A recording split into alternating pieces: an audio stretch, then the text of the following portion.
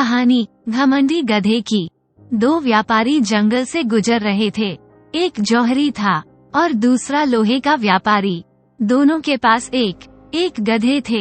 जौहरी के गधे की पीठ रेशम के कपड़े से ढकी थी और वो कीमती स्वर्ण आभूषणों और हीरे जवाहरातों से भरे से 2 थैले अपनी पीठ पर लादे हुए था। वहीं लोहे के व्यापारी के गधे की पीठ पर साधारण कपड़ा था और वो लोहे की छड़ी अपनी पीठ पर लादे हुए था।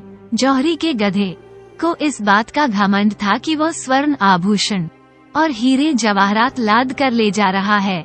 वह बार बार अपनी बातों से लोहे के व्यापारी के गधे को नीचा दिखा रहा था। लोहे के व्यापारी के गधे को बहुत बुरा लग रहा था, लेकिन वो चुपचाप जौहरी के गधे की बातें सुन रहा था। अचानक डाकुओं ने उन्हें घेर लिया। डाकुओं को देखते ही दोनों व्यापारी डर के मारे अपने गधों को छोड़कर भाग गए। डाकू गधों की पीठ पर लदे सामान देखने लगे। उन्होंने देखा कि लोहे के व्यापारी के गधे पर लोहे की छड़ लदी हुई है। कीमती सामान ना देखकर उन्होंने उसे भगा दिया। जौहरी के गधे की पीठ पर कीमती सामान था। उन्होंने उसे पकड़ लिया और उसकी पीठ से कीमती सामान निकालने लगे। गधा जब भी विरोध करता, वे लाठी से उसकी खूब सुताई करते हैं। घमंडी गधे को उसके घमंड का फल मिल गया था।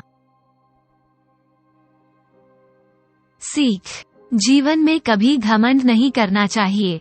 कभी न कभी घमंडी को नीचा देखना ही पड़ता है। दोस्तों, कहानी पसंद आई हो तो वीडियो को लाइक और चैनल को सब्सक्राइब जरूर करें।